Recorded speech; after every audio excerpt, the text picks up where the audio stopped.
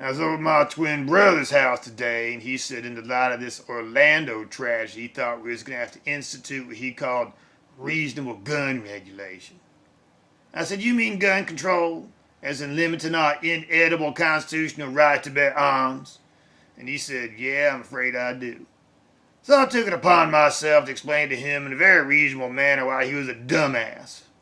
Well, that good-looking know-it-all wife of his overheard, stepped out on the porch and said in her house they respect the rules of reasonable civil discourse. So I decided to put her in her place too, and I said, you agree with this gun control stuff? She said, you know I do. And I said, well, sit down, let me explain to you why you're wrong. She sat down and looked at me and said, this I gotta hear. And I said, yes, you do. Says gun control is just like laws against drunk driving. Don't do no good.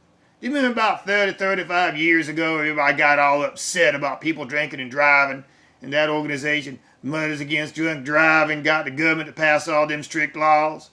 Well, people still out there drinking and driving, there's still all kinds of actions that do no good at all. Well, same thing with gun control. Well, she looked at me and she said, do you mean to tell me you don't think there should be laws against drinking and driving? And I said, no, I don't. I mean, you're the one that always says people should be able to do what they want to do as long as they don't interfere with the rights of others. You always use that argument in favor of them gay folks, saying they ain't hurting nobody. Well, how's a drunk driver hurting anybody? I mean, think about it this way. If I got the right to drink, she said, well, yes, this is not a dry county. And I said, okay. If I got the right to drive, she said, yes, yeah, you have your license. And I said, okay. Since when does two rights make a wrong? If I got the right to drink and I got the right to drive, why don't I have the right to drink and drive? It don't hurt nobody. It's the running into folk that hurt people. Just like with gun control. You should be allowed to buy any gun you want, do anything you want with it, carry it any place you want. It should just be against the law to shoot folk. Same with drinking and driving. You should be able to drink, you should be able to drive, you should be against the law to run into people. Well, she looked at my brother and said, I just cannot answer such inassailable logic. And I said, that's right. Of course, she don't like me no how because, I mean, now and then I've tried to steal a little kiss from her. You know, I'll wait until she's had a couple, glasses of wine. She don't have her glasses on. I'm, hoping she'll think I'm, my brother. She never does fall for it, though. She always asks me some tough question like how to spell gargantuan or analytical or lollipop. When I can't answer, she'll know I'm not him. Of course, you never seem to ask him those questions, but he wants to steal a little kiss. But anyway, I could tell she still wasn't convinced, so I said, all right, let me put it to you this way. You remember a couple months ago when me and some of my friends and your husband decided to go out drinking, spend a couple hours throwing back a little scotch and bourbon? But at the end of the night, he calls you up because you lead him around by the nose. Could have mentioned some other body part, but she's kind of a lady, so I wouldn't have felt right saying it. But the rest of us, we get in our cars and pickup trucks and drive on home. Nobody run into nobody because, that late at night, nobody's on the road except other drunk drivers that weren't doing nobody no harm.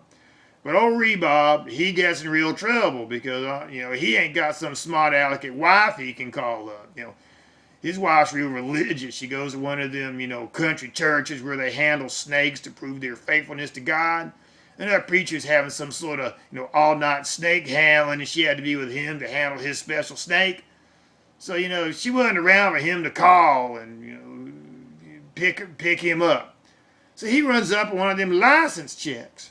Well, Rebob don't look the least bit Mexican. They knew he wasn't no illegal immigrant, but, they make him roll down the window anyway. And as soon as he does, they can tell the inside of his pickup truck smells like the inside of a Jim Beam barrel. So next thing he knows, he's sitting in the back of a patrol car wearing handcuffs on his way to the county-maintained inmate anal probing station. Got in all kinds of trouble, lost his license, everything. Well, I asked her, how was that fair? He wasn't hurting nobody. So these laws against drunk driving, all they do is hurting people who's exercising their rights. The rights to drink and the rights to drive. Same thing with gun control. Again, she looked at her husband and just shook her head and said, such an argument cannot be answered. Well, again, I knew she was just being smart aleck, so I just got the hell out of there. But anyway, later on, I'm going to drive over to Rebob's place. As you know, he can't drive. And we're going to go down to his basement and get that box of dynamite. And then we're going to drive over to the ABC station, get ourselves a couple fifths of bourbon, go do ourselves a little bit of dynamite fishing. So I hope to catch y'all later.